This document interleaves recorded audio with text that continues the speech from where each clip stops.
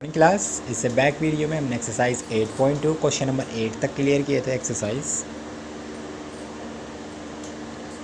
8.2। तो then next question start करेंगे question number 9। Question number 9 में आप चेक करेंगे Arun bought a pair of skates at sale where the discount given as 20% if the amount he pay is rupees 16,000 find the mark price। तो same skates आप बोल सकते हैं, जैसे स्केट्स होते हैं जो जैसे बोलते हैं जो स्केट्स यूज़ होते हैं चलने के लिए या जिनको, तो सेम आप स्केट्स ध्यान रखने हैं। तो स्केट्स को मुझे हिंदी में नहीं पता है क्या बोलते हैं, तो सेम स्केट्स हैं।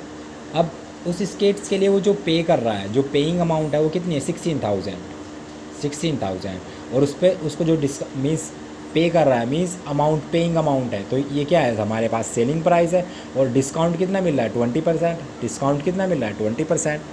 तो सेम डिस्काउंट कितना की बना, सेम आप थ्योरी लिखेंगे rate of discount is equal to 20%। तो मैं डायरेक्ट डिस्काउंट लिख रहा हूँ यहाँ पे, rate of discount is equal to 20% और selling price means paying amount, selling price कितना गिवन है 16,000 रुपीज़। फाइंड हमें क्या करना है, हमें मार्क प्राइस निकालना है। मार्क प्राइस मीन्स कोई वैल्यू जो स्केट से उस पर जो भी मार्क प्राइस है वो मुझे नहीं गिवन है।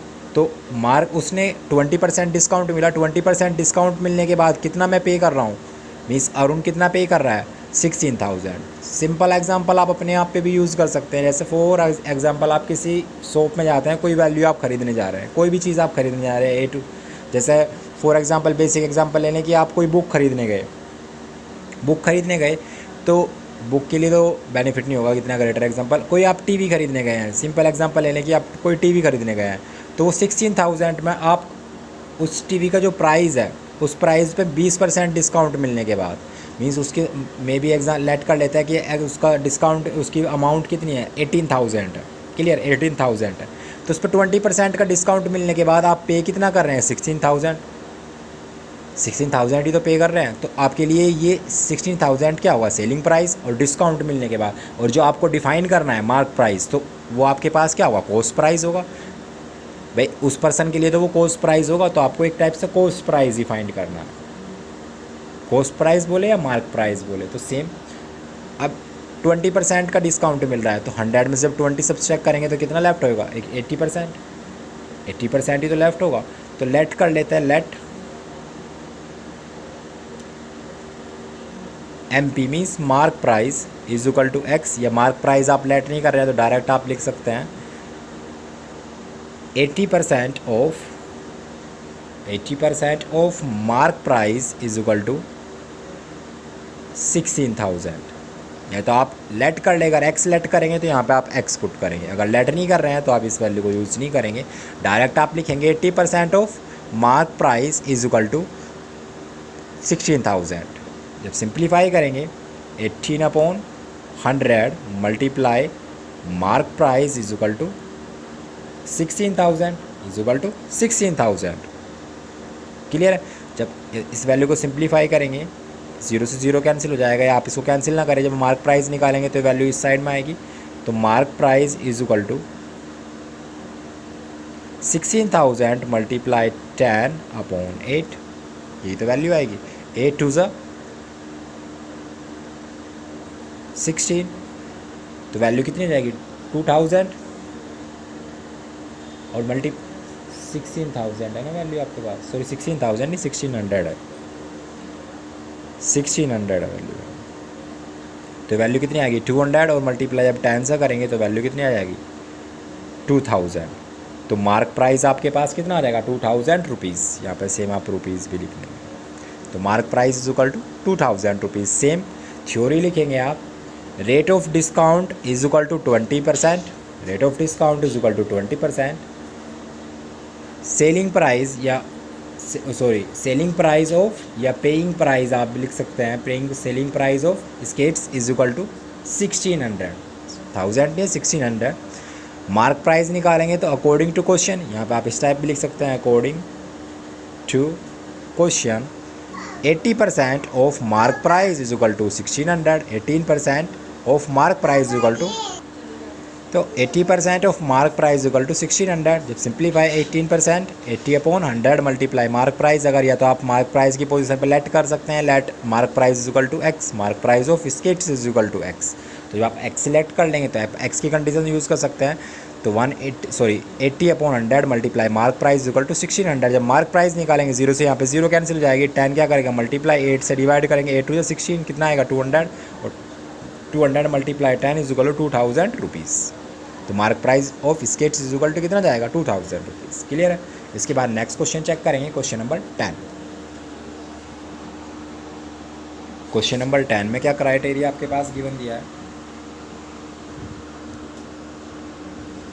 क्वेश्चन नंबर 10 में क्या कंडीशन गिवन दी है, a purchase a hair dryer for 5400 including 8% VAT, find the price before VAT as add. तो सेम एक हेयर ड्रायर कोई परचेज़ कर रहा है कि आपने एक हेयर ड्रायर परचेज़ किया, उसे परचेज़ करने के पे आपने कितने अमाउंट दिए हैं 5400, और उसमें 8% वैट ऐड है। वैट मीन्स आप बोल सकते हैं एक टाइप से GST ऐड है।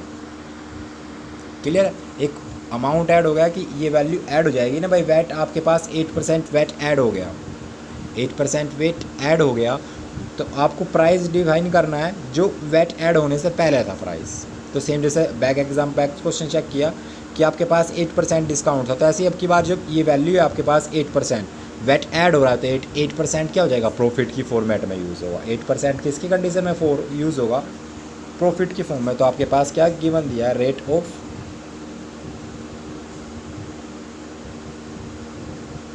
VAT is equal to 8%, rate of VAT is equal to rate 8%।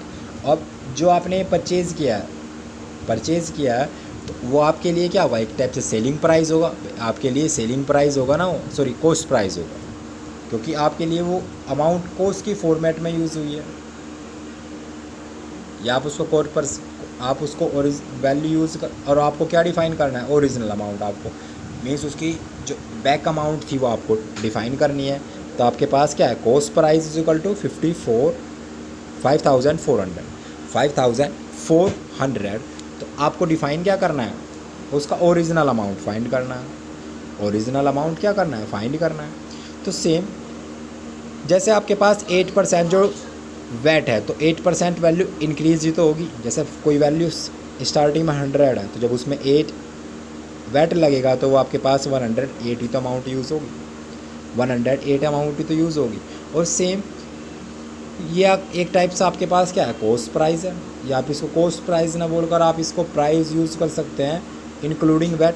आप इसको ऐसे भी लिख सकते हैं, price including with VAT, price including with VAT is equal to ₹5400। यही तो अमाउंट है आपके पास। तो ओरिजिनल अमाउंट में ही तो वैल्यू ऐड होगी। तो सेम जब आप इक्वेशन बनाएंगे तो इक्वेशन क्या बनेगी, 108% of original amount,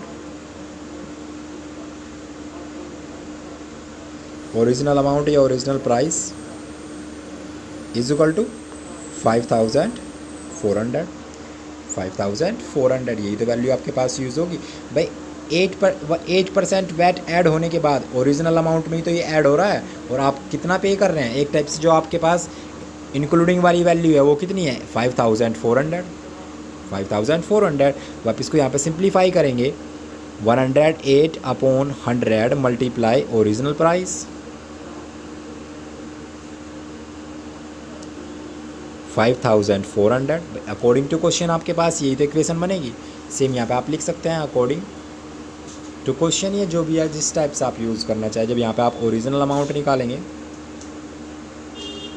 original amount या प्राइस जो भी आप यूज़ करना चाहे, price is equal to 5400 multiply 100/108। Simplify करेंगे, जो भी आपके पास वैल्यू आएगी वो आपके पास आंसर आ जाएगा। क्लियर है। मैं एक बार फिर से रिपीट कर रहा हूँ, आपके पास रेट ऑफ वेट कितनी है 8%, और price including with VAT is equal to 5400। आप कॉस्ट प्राइस ना यूज़ कर आप कंफ्यूज होंगे, आप डायरेक्ट ये यूज़ कर सकते हैं price including with VAT. Cost price selling price में कंफ्यूज मत होना। Price including with VAT according to question, आपके पास जो ओरिजिनल अमाउंट होगी, जिस अमाउंट में उस पर प्राइस लिखा हुआ है, मीन्स उस पर जो प्राइस रिटर्न है उस प्राइस, जैसे सेम एग्जांपल आप यूज़ कर लें कि कोई बुक है उस पर प्राइस आपके पास 100 रुपीज़ है, पर आपको वो 110 रुपीज़ में मिल रही है, तो मीन्स उस पर कोई अमाउंट ऐड होगी ना भाई, उस पर कोई GST लग रही है, कोई वेट लग रहा है, तो सेम वेट मीन्स वैल्यूज़ की इंक्रीज़ हो रही है, तो आप 8% इंक्रीज़ हो जाएगी, तो 108% ऑफ ओरिजिनल प्राइस या amount is equal to 5400। Simplify करेंगे तो 108/100 मल्टीप्लाई ओरिजिनल प्राइस या original amount is equal to 5400। Original price is equal to 5400 multiply 100/108। Simplify करेंगे, आप सोल्व कर लेंगे, जो भी आपके पास आंसर आएगा। क्लियर? तो इस क्वेश्चन को मैं सेल्फ आपके लिए छोड़ रहा हूँ, आपको ये क्वेश्चन सेल्फ कंप्लीट करना है। क्लियर? तो आज यहीं तक रखते हैं, मिलते हैं नेक्स्ट वीडियो में नेक्स्ट क्वेश्चन के साथ। तब तक के लिए बाय बाय।